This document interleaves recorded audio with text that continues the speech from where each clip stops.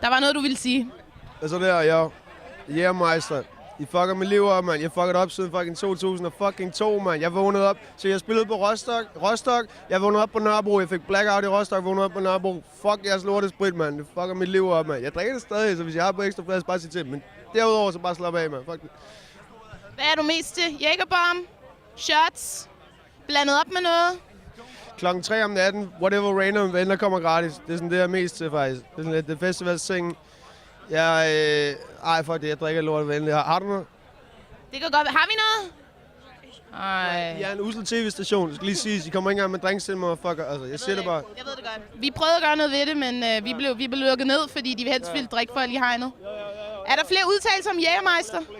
Kigge lige det cypher for Jägermeister. Ja, du har noget at sige om Jägermeister. Jeg skal ikke freestyle nu. Come on. Jo, de ved ikke, hvem det taler til. Jeg bruger penge, men jeg er stadig rig. Jo, så det er klart, at alle rapperne her vil ikke fucking stå og rap, de vil drikke lidt mere. Jeg har det ligesom... Jo, jeg er god i nat. Især efter jeg har været op og drikke lidt af den brune drik. Forstår du det? Jeg forstår det også.